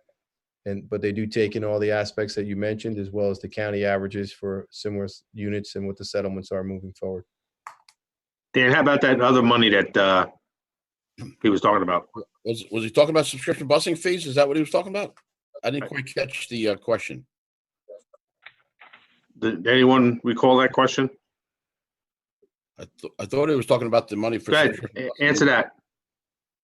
Hold on, Ratish is back. So can we bring up Ratish again on that last question? Yeah, hi. So it was basically a line item where it says regular instruction program, and it went. What kind of program, Ratish? Regular instruction. Oh, regular instruction. Okay. It went up 97%, like by one in absolute amount, it's $1.5 million. So wanted to understand what, I mean, why so much? I mean, 1.5 million. Got it, Dan? Instruction, he's talking about an instruction line in our budget. Is that what he's talking about? Yes, yes. Okay. Is that because of the books? Oh, he's talking about textbooks, I'm sure. Correct? That was the biggest increase, I believe. Yeah, that's the one that went up by 97%. That's correct. Yes. So it's curriculum-based books. Yes, that's correct. Okay. All right. Thank you. Mr. Brennan. Hello, can you hear me? Yes. Okay. I just wanted to thank everyone. I thought this was generally a thoughtful discussion, both sides of the spectrum. Arguments well thought out, concerns the residents had, as well as some of the folks who voted no, I thought were, again, just well articulated, thought out, and I appreciate. I think just generally a 4.5% increase in a time frame of historic unemployment, a tremendous amount of concern and angst over financial security at the family level. This is the wrong time for this increase. And I do not believe the optics of this will play out well for you all. And that was all I had. Optics. I'm sorry? We need to mute Anthony. Thank you. Go ahead. I'm sorry, Mr. Brennan. No, that was all I had to say. Again, Okay. I thank everyone for the time, but I just really, this is the wrong time, and the optics will not play out well at all. Okay. Thank you very much. Tony D. Yes, hello. Go ahead. So I do want to say that I think those that worked on this budget, I looked through the majority of it, and I think it was put together really, really well. I know that, you know, we're all worried about what's going to happen in the future, including myself, who's on furlough right now and don't know if I'm going to have a job to get back to. But as Dr. Bragan said, and as everybody else said, we still have to move forward. We have 17,000 kids that need to be educated, and that can't be stopped. Even legally, they can't be stopped. It has to happen. So I believe me, I understand myself that right now it's not a good time, but it needs to happen, and we have empowered the board and the teachers and the support staff and everybody to provide a high quality education for our students. And if this is what it's going to take, this is what it's going to take. Unfortunately, I'm actually pretty disappointed in the two that did vote no. And you know, my question to those two would be, what type of budget would you support? Would you support a budget that is not going to support our kids in the high quality education that we want for them? As the question was first started out, how much is your child's education worth? And those two that voted no, that's a question that they really need to think about when they, when they think about why they voted no. Unfortunately, in my mind, these two are also up for election this year. To me, it looks to pandering to those that are going to be voting for them. And we put these Board of Education members into this position to work for our children. That is their main goal. We think that, it's the taxpayers that they think about first, but their main goal to think about first is providing an education for the children. And I truthfully hope I am wrong, that those two that said no, I hope they're not thinking that it's just okay, because in my mind, they're sacrificing the education of 17,000 students for a possible re-election this year. And it's just something that I'm highly disappointed in, that I even have to think about that. And it's something, again, that I hope they really look at what their decision has made, because as I have said in the past, the decisions that you all make will affect kids for years and years and years. And yes, it's going to cost us money. But it costs you money no matter where you go, no matter what town you're in. We all have to pay taxes And that's just what the plan is. Even if you move to another city, there's a budget. You have to pay. We all have to pay. And yes, it's a bad time, but it's what we have to do. The one thing I do want to also bring up is, from what I understand, and if somebody can correct me, part of this is also the bank cap that we're also putting to this plan. Is that correct? Dan? Yeah, we had almost $2 million worth of bank cap that if we didn't use it, we would have lost it. Okay, So that so- is incorporated into our budget, correct? Okay, so right there, to me, that doesn't make sense because you're voting against money that we would be losing. So how does that make sense that you would vote against a good amount of money that we are due to us? And unfortunately, I don't think there's a good understanding of what the bank cap is, which at some point, I think it would be good at some point for the board to educate the citizens. And I'm not saying I know everything, but I've been educated by a few people about it, which I'm thankful for.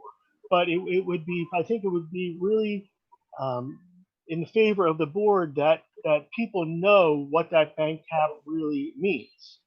And then the other thing I would say is what was also brought up today is that money that is being held for Lincoln. I agree with Elizabeth, we need to do something. I agree. But if we're going to be possibly laying off, unfortunately, hopefully not, laying off teachers in a year or 2 years, well, that's a tough sell there. That, you know, I know it's been tough at Lincoln, but it's been sort of working compared to where we're going to be laying off these teachers.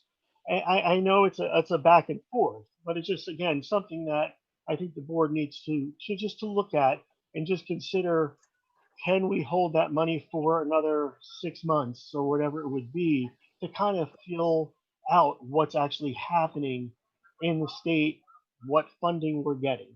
So I just think that's a consideration that, you know, I think you should all really look at and kind of weigh, which I'm sure you all do with all these decisions, but just kind of weigh that and you know, and just kind of see what really is really needed at this time. Thank you, Tony. I had to say thank you. All right. Just a bit, we're not going to have us going back and forth with the public, but I'm just going to let Tony know. I don't know who's running, who's not running. If Mr. Shi decides to run, he is up this year in November. If he doesn't run, I don't know. Ms. Chen is not up this year. So I just want to make sure that was clear. She's up the following year, the same year I'm up. So I just want to make that clear, Mr. DePasquale. Yes, Jerry. Yeah, can I, Dan, can you, first, Tony, you are absolutely wrong. Okay, that this vote has absolutely nothing to do with election. And I gave the reasons what you can do to save money. I'm not saying that I'm voting a budget against the students. I'm looking at, you know, how to reduce the cost of, you know, absorbing this whole cost in 1 year to build Lincoln School. The example that I gave is lease purchase. You know, I gave the example of buying a car with cash or you finance it. I'm a fan of financing it. I'm not a fan of you know, buying the car with cash.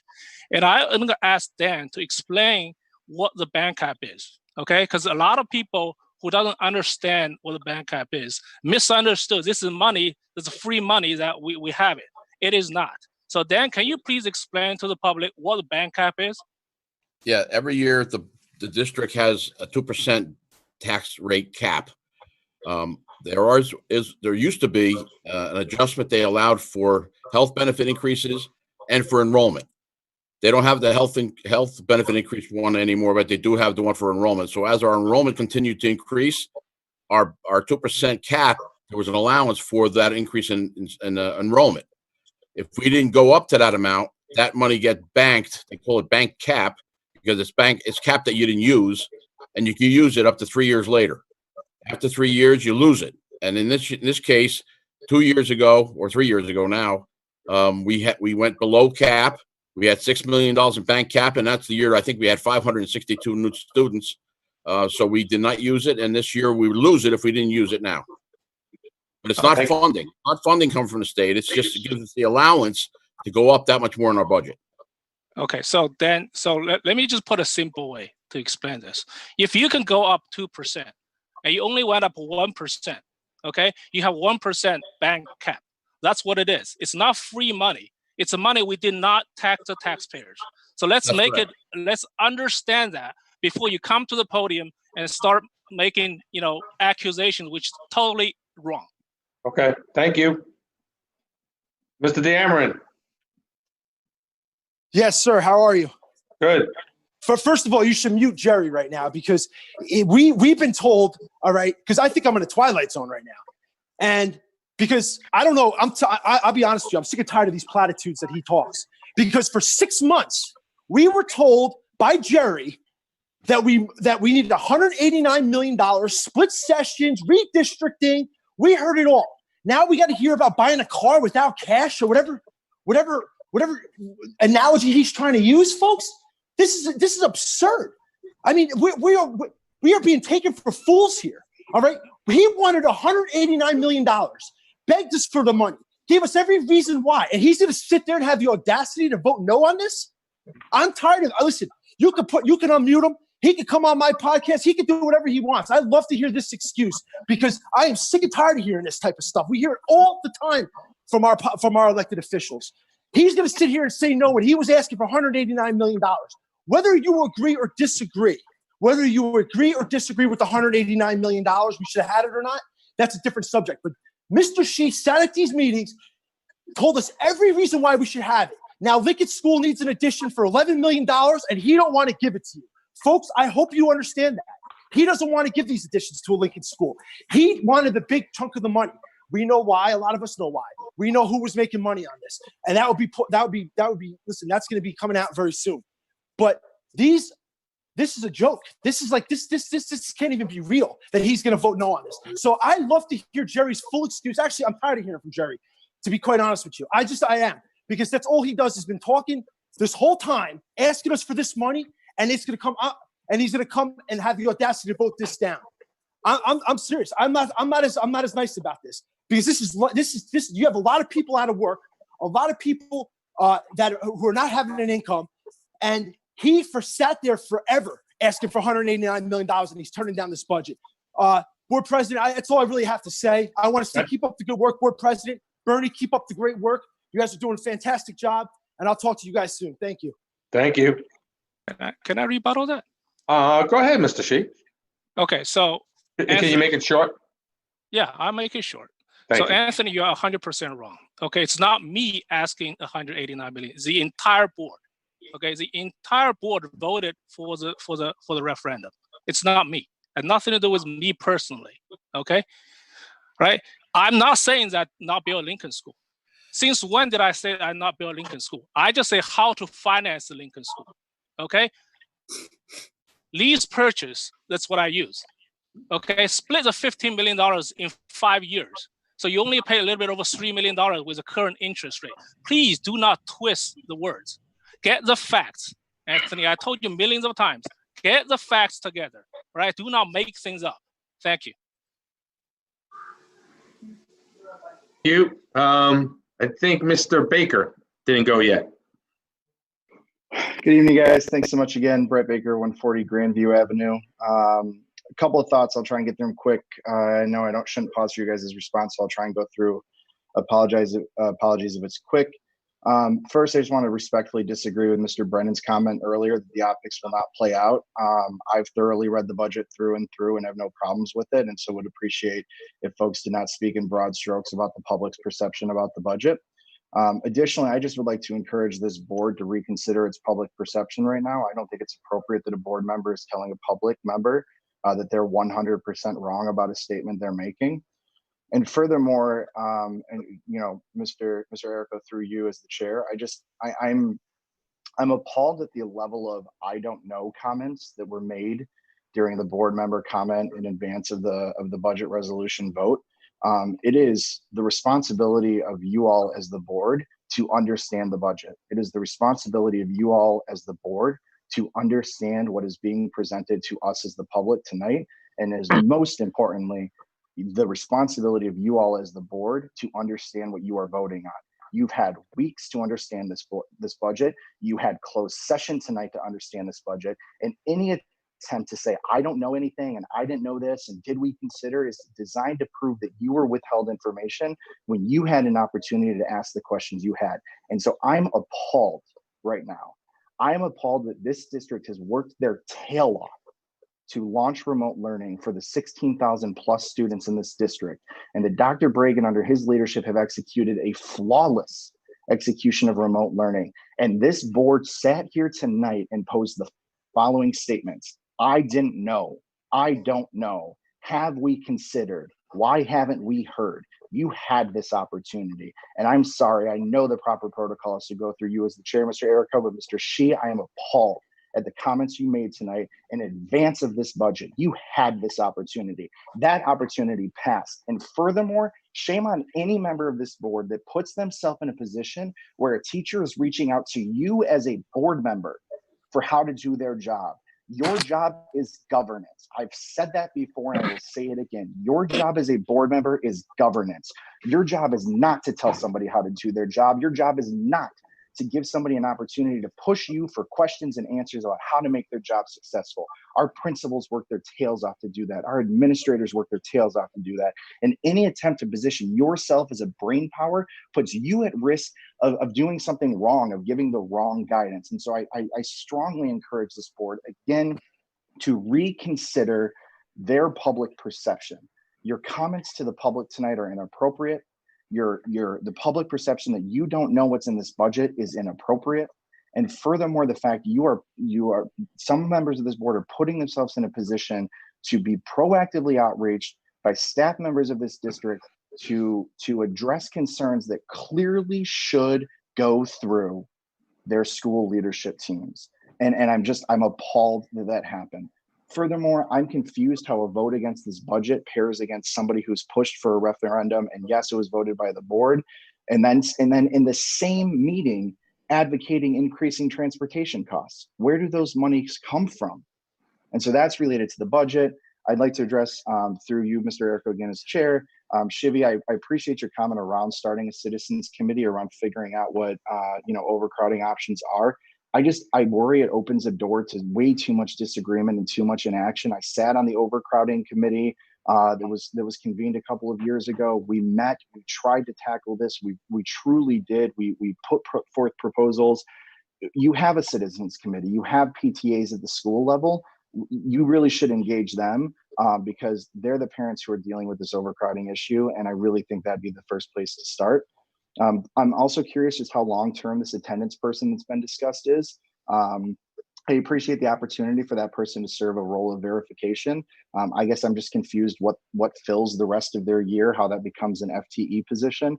It would also just really strongly advocate this district to very carefully consider annual verification of residency. It is a very arduous process, both for the district and in some degrees a burden on families. And since we can't get summer enrollment perfect, there's long lines. I really think we should carefully consider what that looks like. And lastly, through the chair to Dr. Bregan, I'm just wondering if we could potentially consider a district-wide survey to families just to see how they're doing and potentially get ahead of possible preparedness should remote learning continue into the fall. Thank you for your time.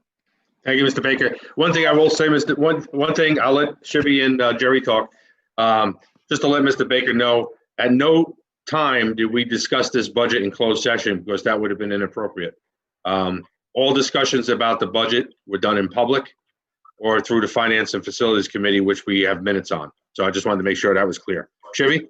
Yeah, so thanks, Brett. Good to hear from you after a very long time.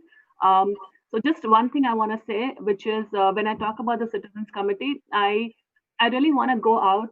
I mean, obviously, this is not the time. The time will come later because of obviously we are in, we are facing unprecedented moments at this time.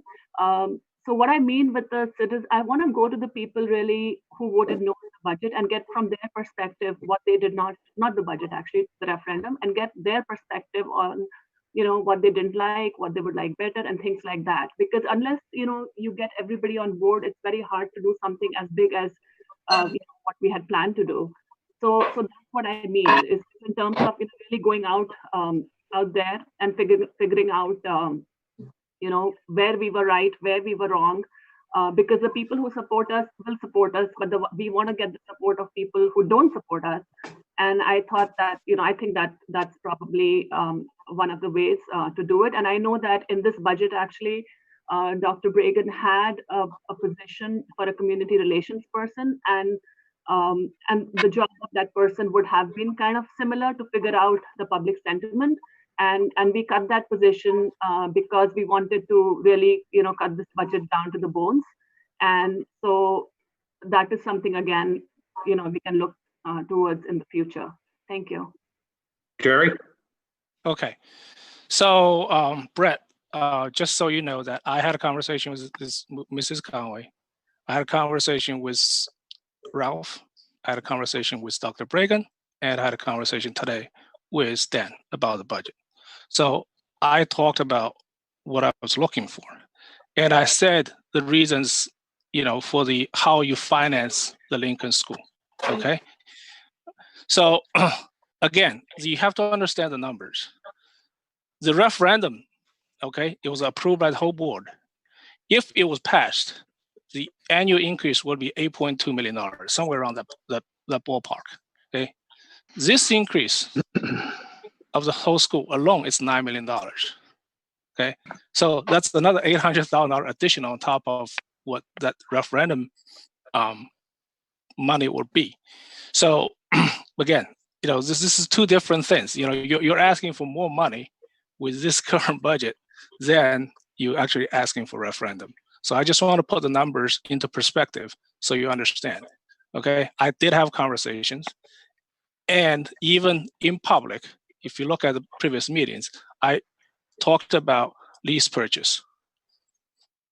Yes, thank you, Jerry. You did meet with us. You did ask a lot of questions. So yes, you did. Ritesh. Yeah, hi. So thank you for giving me another chance. So I was not pretty sure, like you explained to us, like 97% increase, but why didn't you just said books? I mean, I wanted to understand why 1.5 million. I mean, how come it went up like $1.5 million? Okay. And I agree with Mr. Jerry, like financing is a better option. Instead of burdening taxpayer with the cash money, financing will reduce the burden during this difficult time, because with the low interest, it's almost 0%. But that's my view. I mean, you must have taken something. But my main concern about this $1.5 million on the books. Thank you, Ritesh. Dr. Bragan? Yeah, I think one of the significant capital curriculum outlays is for the elementary curriculum for the language arts in K through 5. It's a significant amount of students, and unfortunately, to make that kind of substantial change, it's costly. It's the right thing to do. We need to move more towards a literacy-based program in the elementary grades, K through 5. And I trust in our leadership. They've piloted a few programs over the last 2 years. It's the appropriate choice. It's the right time to do it because our kids need it. So I know it's a significant cost outlay, as many things are. When you deal with such a large number of students, any change in curriculum is expensive, whether that's the online materials, the actual books in hands, the guided reading libraries and everything that goes along with it. It costs money because we have so many students. So I appreciate your concern. And as a member of the boards has said earlier, and Mrs. Conway said specifically, she's going to stay on top of me to make sure it's accurate, me and Mr. Michaud. We don't take public funds lightly, and we use the money as judiciously as we can. And as the chief academic officer, it's my job to move forward and put forth a budget to the board that supports our mission, as we started this meeting with, to do everything in our power so when the kids graduate John P. Stevens High School and Edison High School, they're prepared for their world and not ours. Thank you, Dr. Bragan. Last comment, Elizabeth. I just wanted to make a statement regarding the elementary language arts program. I know I did say that with every expenditure, I make sure that we're spending each dollar the right way. And Beninda Mahavir can attest to it, because we piloted this new program a year ago, but I didn't feel that we had gotten enough data to prove that we needed to move ahead with a better program for our children. So what she took upon was to expand the pilot to even more classrooms and teachers. And she was able to very easily come back with data that proved that this new program was definitely a move in a positive direction. So knowing that we were spending the money properly and for the right reasons, I commended her for her hard work and to put up with me that we weren't spending the money foolishly. And I thank her for that. Thank you, Elizabeth.